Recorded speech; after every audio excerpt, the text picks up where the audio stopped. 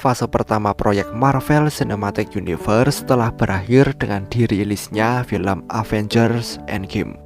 Perencanaan matang Marvel dan juga Disney tentunya mengembangkan seri sinematik ini dengan rencana 10 tahun membuahkan hasil.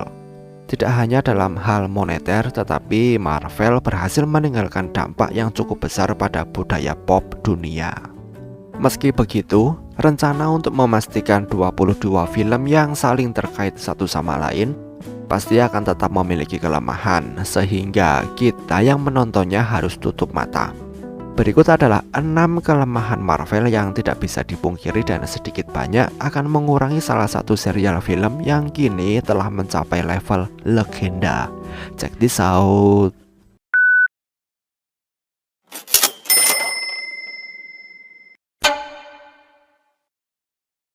Salah satu kesalahan paling awal yang terjadi sejak awal Marvel adalah pertukaran dua karakter penting yang akan berperan besar di seluruh fase pertama dari film Marvel. Pastinya tidak banyak yang mengira jika film The Incredible Hulk yang dibintangi oleh Edward Norton ini merupakan film yang mengawali fase pertama dari rencana jangka panjang Marvel.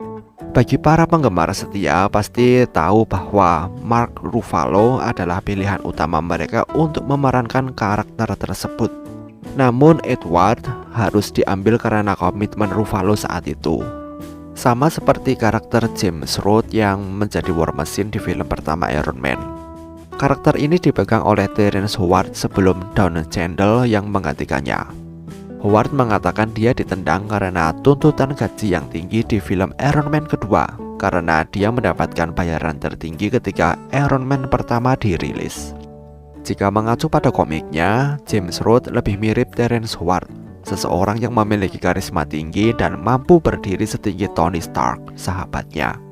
Berbeda dengan karakter James Rhodes yang diperankan oleh Don Cheadle yang terlihat lebih rendah hati dan puas menjadi asisten dari Tony Stark.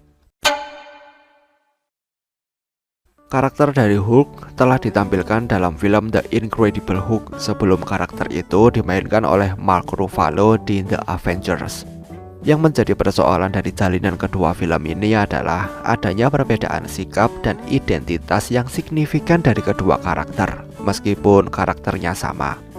Karakter Bruce Banner yang diperankan oleh Edward Norton adalah orang yang selalu hidup dalam ketakutan, memilih untuk menyembunyikan dirinya.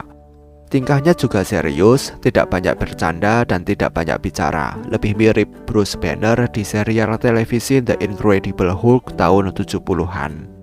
Sementara itu, Bruce Banner yang diperankan oleh Mark Ruffalo mengalami perubahan besar dari seseorang yang selalu terlihat panik dan tidak terkendali menjadi seseorang yang cukup lucu dan juga selalu terbuka untuk diajak bicara. Marvel pun mengalami langkah-langkah untuk memperkenalkan kisah cinta antara dirinya dan Natasha Romanoff atau Black Widow. Untuk penggemar setia karakter Hulk, kita semua tahu bahwa satu-satunya cintanya adalah Betty Ross, putri dari Thunderbolt Ross, di mana musuh bebuyutan awal Bruce Banner. Jika The Incredible Hulk dianggap sebagai film Marvel pertama, terus di mana Betty Ross?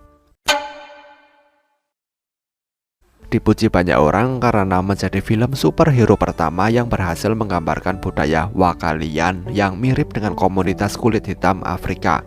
Black Panther dipuji sebagai film yang mematahkan stigma rasial.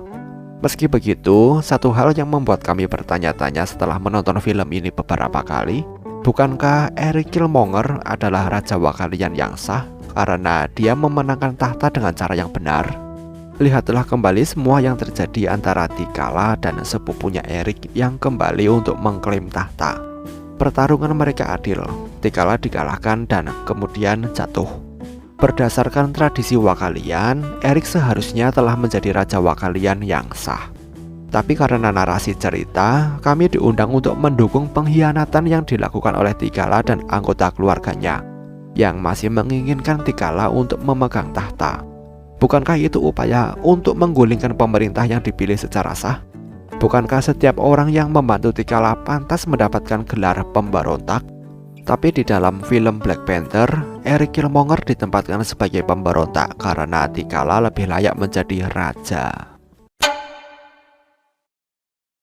Pernahkah kalian memperhatikan, seringkali Marvel bercerita menggunakan metode baru yang dapat menyelesaikan masalah yang dihadapi sebelum plot atau metode tersebut dibuang atau dilupakan begitu saja. Untuk membuat efek dramatis, karakter dari Thor dikatakan tidak bisa kembali ke bumi lagi di akhir film Thor. Apakah itu mempengaruhi film berikutnya? Di akhir Iron Man 3, Tony Stark meledakkan semua setelan besinya. Apa yang terjadi selanjutnya? Karakter Pepper Potts yang harus menyelamatkan kekasihnya dan dipasok dengan virus ekstremis yang memberinya kekuatan. Terus apa yang terjadi selanjutnya? Di akhir Civil War, karakter War Machine diserang oleh temannya sendiri, menyebabkan dia jatuh dan tulang punggungnya patah.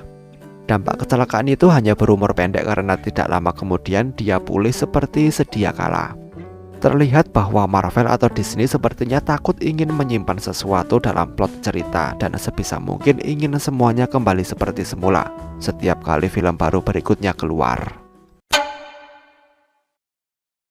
Jika kalian melihat kembali sebagian besar film Marvel, sebagian besar gagal menampilkan kompas moral apapun yang diperlukan sebagai pahlawan super.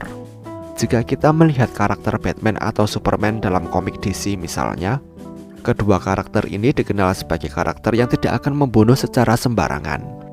Tapi setiap anggota Avengers sepertinya tidak memiliki rasa bersalah untuk membunuh secara langsung selama nyawa yang mereka bunuh berasal dari sisi yang berlawanan. Mungkin itu sesuatu yang diperlukan sebagai dasar dari alur cerita superhero di mana kebaikan menang atas kejahatan. Lagi pula kita masih berbicara tentang kehidupan. Ketika setengah dari kehidupan dunia dimusnahkan oleh Thanos, tim pahlawan super mengenang mereka yang meninggal. Tetapi mau tidak mau harus kami akui, setelah pertempuran di New York di film The Avengers pertama dan pertempuran di Wakanda selama Infinity War, banyak nyawa yang sebenarnya telah hilang di tangan para pahlawan super Marvel. Haruskah mereka merasa bersalah karena membunuh ribuan nyawa? Bukankah itu sebenarnya menyampaikan pesan kepada kita secara diam-diam? Beberapa nyawa berharga dan beberapa tidak berharga. Kami percaya satu-satunya karakter superhero yang belum membunuh siapapun dalam serial film Marvel adalah Peter Parker atau Spider-Man. Yang lainnya bunuh tanpa belas kasihan. Kami tidak perlu berkomentar panjang lebar tentang teknik populer ini. Adegan dari post kredit telah menjadi keharusan di Marvel Cinematic Universe yang dimulai dengan kemunculan Tony Stark di The Incredible Hulk. Tren ini kemudian berlanjut dan terus memungkinkan alur cerita berikutnya diperkenalkan sambil membuat penggemar tetap bersemangat. Ini sebenarnya adalah teknik malas yang diambil oleh Marvel dalam menciptakan alur cerita di film-film mereka.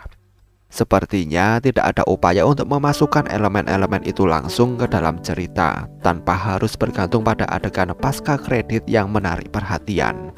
Hal yang sama berlaku untuk adegan pasca kredit Infinity War. Semuanya bisa saja dicampur langsung ke dalam cerita, tetapi untuk beberapa alasan, adegan pasca kredit menjadi sangat populer, sehingga banyak yang rela menunggu beberapa menit hanya untuk melihat 1 atau 2 menit adegan yang digunakan untuk menutupi titik lemah dari cerita mereka. Bagaimana menurut kalian? Sampaikan pendapat kalian di kolom komentar. Jika kalian menyukai video ini, silahkan tinggalkan like.